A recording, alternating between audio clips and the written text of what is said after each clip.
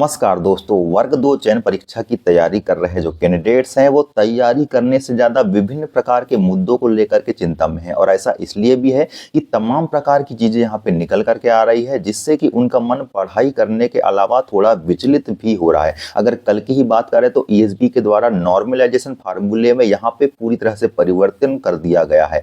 जो फार्मूला कई वर्षों से लगातार चला आ रहा था, जिसके आधार पर अभ्यर्थियों का सिलेक्शन हो रहा था, उस फार्मूले में परिवर्तन करके आगामी जितनी भी परीक्षाएं अब होने वाली है उस फार्मूले को लागू किया जाने वाला है। जिसमें अगर एक शिफ्ट में परीक्षा होगी तो कौन सा फार्मूला लगाया जाएगा, और एक से अधिक शिफ्ट में यहाँ पे परीक्षाएं होगी तो कौन सा फार्मूला लगाया जाएगा, इन सब चीजों को यहाँ पे पूरी तरह से मेंशन कर दिया गया है।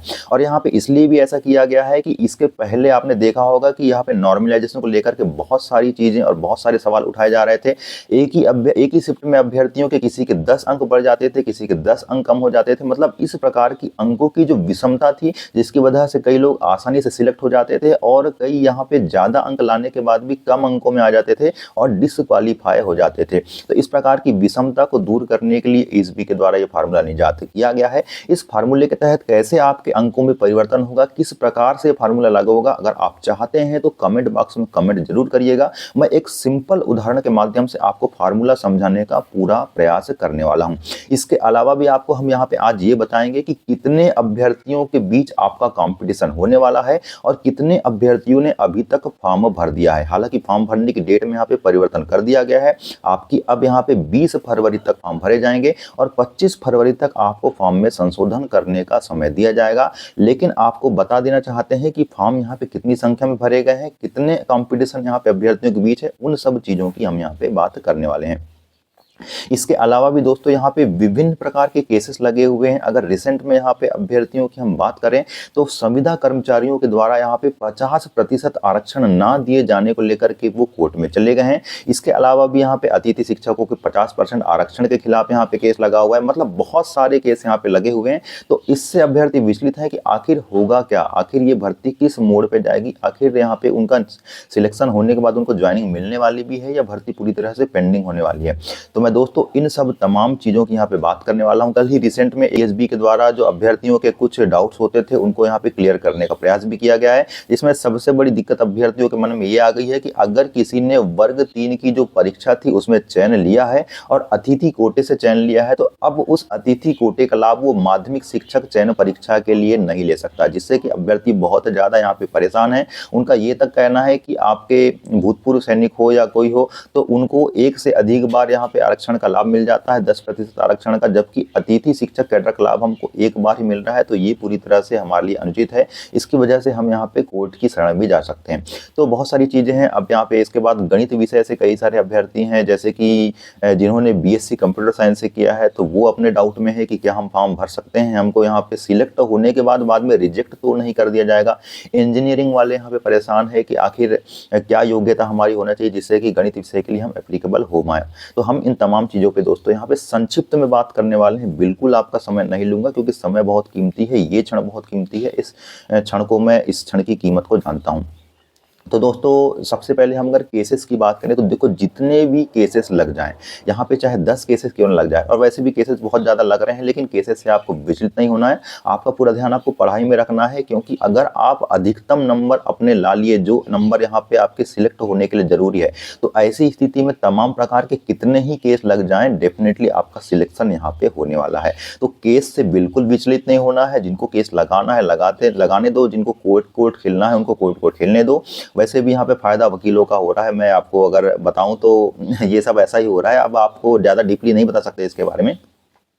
अच्छा, इसके बाद अगर मैं बीएससी कंप्यूटर साइंस वाले जो अभ्यर्थी हैं मैथ सब्जेक्ट से जो परीक्षा देने वाले हैं, अगर उनकी बात करें तो दोस्तों देखो, बीएससी कंप्यूटर साइंस मेरा भी था और मैंने बीएससी कंप्यूटर साइंस से ही 2018 की जो भर्ती परीक्षा है उसमें चयन प्राप्त किया है। वर्तमान में मैं टीचर यानी कि गणित विषय के रूप में यहाँ पे माध्यमिक शिक्षक पद पे कार्यरत हूँ। तो मैं आपको बता देना चाहता हूँ कि अगर आप गणित विषय से फॉर्म भर रहे हैं तो आपका गणित तो होना ही चाहिए, लेकिन उस गणित विषय के साथ आपका फिजिक्स या केमिस्ट्री में से कोई एक होना चाहिए।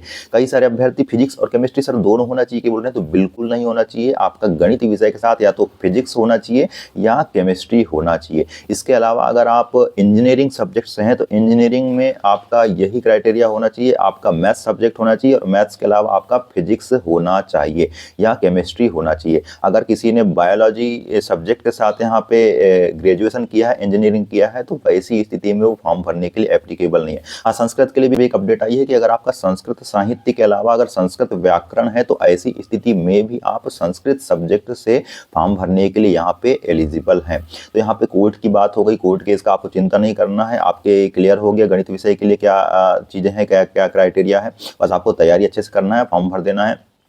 अब सबसे बड़ी बात यहाँ पे कंपटीशन की है कि आखिर कितना कंपटीशन है। तो देखो दोस्तों, मैं सबसे पहले तो आपको बता देता हूँ 11 तारीख तक यहाँ पे लास्ट डेट थी और उस 11 तारीख तक अगर फॉर्म भरने की बात करें तो लगभग आपके 1,43,000 अभ्यर्थियों के द्वारा आवेदन किया गया है। और ये बहुत बड़ी संख्या नहीं है, मैं आपको बता दूँ, बहुत ज़्यादा बड़ी नहीं है, 1,43,000। अब कुछ लोगों का क्या है, पंजीयन की वजह से कुछ लोग रुके हुए थे, तो ये सब चीज़ें अगर यहाँ पे आ भी जाती है तो 43, अगर 7 लाख भर भी दें तो लगभग आपके 1.5 लाख यहाँ पे फॉर्म भरे जाएंगे 20 तारीख तक, जो कि बहुत बड़ा आंकड़ा नहीं है। इसके पहले वाली परीक्षा में 3-3, 4-4 लाख लोगों ने फॉर्म भरा था। अब बात करें यहाँ पे और 1.5 लाख ये भी जो है ये पूरे सब्जेक्ट का मिलाकर है, किसी एक पर्टिकुलर सब्जेक्ट की बात नहीं हो रही है। अब इस 1.5 लाख की अगर बात करें तो इसमें कंपटीशन कितना है, तो कंपटीशन बिल्कुल नहीं है। अगर मैं बात करूं तो जीरो कंपटीशन है। आपकी सीट में अगर कंपटीशन है तो वो जीरो कंपटीशन है, आपका किसी से बिल्कुल कोई कंपटीशन नहीं है। अगर आपका कंपटीशन है तो आपके खुद से है, क्योंकि आप खुद ही सोचिए, अगर आप परीक्षा देने जा रहे हैं और उस परीक्षा में आप अगर अच्छे से नंबर नहीं ला पा रहे हैं, डिस्क्वालीफाई हो गए, तो आपका कंपटीशन किससे होगा, आप बताइए ना। तो आपका सबसे पहला कंपटीशन तो खुद से ही है कि आप अपने आप को क्वालिफाई करें और कम से कम एक सम्मानजनक नंबर प्राप्त कर लें। क्योंकि अगर आप इतना कर लेते हैं तो डेफिनेटली आपका सिलेक्शन होने से यहाँ पे कोई नहीं रोक सकता, चाहे फिर वो गणित सब्जेक्ट वाला हो, इंग्लिश सब्जेक्ट वाला हो या किसी अन्य सब्जेक्ट वाला हो। अन्य सब्जेक्ट में यहाँ पे ये हो सकता है कि थोड़ी सी सीट्स कम होने की वजह से कंपटीशन रह सकता है, लेकिन आपका जो सिलेबस है उसको आप अच्छे से कवर कर लेते हैं, बहुत अच्छे से डीपली तैयारी कर लेते हैं, तो डेफिनेटली आपके सिलेक्शन होने से यहाँ पे कोई नहीं रोक सकता है। तो सबसे पहली बात कि आपका कंपटीशन किसी से नहीं है, आपका कंपटीशन खुद से है। आप इतने अच्छे से अपने आप को प्रिपेयर कर लीजिए और इतने अच्छे नंबर ला लीजिए सिलेक्शन के लिए, अधिकतम जो आपको लाना है सम्मानजनक नंबर ला लीजिए, ताकि आपके सिलेक्शन के चांस यहाँ पे पूरी तरह से बन जाए। क्योंकि अभ्यर्थी बहुत ही ज़्यादा यहाँ पे संख्या में नहीं है, कंपटीशन आपका खुद से है। इतनी बात मैं बार बार आपको कह रहा हूँ और इसलिए भी कह रहा हूँ क्योंकि आपका सिलेक्शन यहाँ पे मायने रखता है। आपको सिलेक्शन के लिए थोड़ी ये पता है कि कितने अभ्यर्थी क्या तैयारी कर रहे हैं, आपको तो खुद का पता है ना कि मैं कैसे तैयारी कर रहा हूँ। तो अपनी तैयारी को अच्छे से बूस्ट करें, कंपटीशन का लेवल यहाँ पे बहुत ज़्यादा नहीं रहने वाला है। केस को लेकर के दिक्कत नहीं होना चाहिए, कंपटीशन भी बहुत ज़्यादा नहीं है। अब तमाम प्रकार की जो चीज़ें हैं उसको लेकर के जो वीडियो में बनाने का प्रयास करता हूँ दोस्तों, ताकि आपको इंफॉर्मेटिव जानकारी मिल सके। इसके अलावा भी बहुत सारे मुद्दे यहाँ पे जुड़े हुए हैं। आपने जैसे पंजीयन को लेकर के कई सारे अभ्यर्थी चिंता में है, कई सारे अभ्यर्थियों ने पिछले बार जो फॉर्म भरा था या अभी जो फॉर्म भरा था उसमें डेट ऑफ बर्थ गलत हो गया है, लिंग के संबंध में उन्होंने अलग से टिक कर दिया है। तो बहुत सारी चीज़ें हैं जिनको कि आसानी से ESB के द्वारा क्लियर कर दिया गया है। तो फाइनली मेरा यही कहना है कि तमाम प्रकार के जो भी यहाँ पे चीज़ें निकल करके आ रही है और बहुत सारी चीज़ें निकलेगी, बहुत सारी चीज़ें आपको विचलित करने वाली है, लेकिन सबसे बड़ी चीज़ यहाँ पे ये है तैयारी। आप अगर तैयारी कर रहे हैं, बहुत अच्छे से कर रहे हैं, किसी भी प्रकार की कोई चीज़ में ध्यान नहीं दे रहे हैं, तो डेफिनेटली आपका सिलेक्शन होकर रहेगा। क्योंकि सबसे बड़ी चीज़ तो यहाँ पे तैयारी करना और सिलेक्शन लेना है। अब ये जितनी भी सारी चीज़ें चलती रहेगी, लेकिन अगर आप इन चीज़ों में उलझे रहेगा और पढ़ाई नहीं की है तो फिर यहाँ पे सिलेक्शन कैसे होने वाला है। तो इन तमाम चीज़ों को लेकर के मेरा वीडियो बनाने का प्रयास रहता है, आपको प्रोत्साहित करने का प्रयास रहता है, मोटिवेट करने का प्रयास रहता है, ताकि आप अपनी तैयारी में लगे रहें, अपना बेस्ट दें, अपना नाम रोशन करें, घर वालों का नाम रोशन करें और एक सम्मानित पद को प्राप्त करने का यहाँ पे प्रयास करें। तो इसी प्रकार की तमाम अपडेट के लिए आपको चैनल से जुड़े रहना है दोस्तों। आगे जो भी चीज़ें आपकी इंफॉर्मेटिव हो सकती है किसी भी तरीके की, उसको मैं लाने का जरूर प्रयास करूंगा। आगे तक की जो भी अपडेट होगी तब तक के लिए नमस्कार।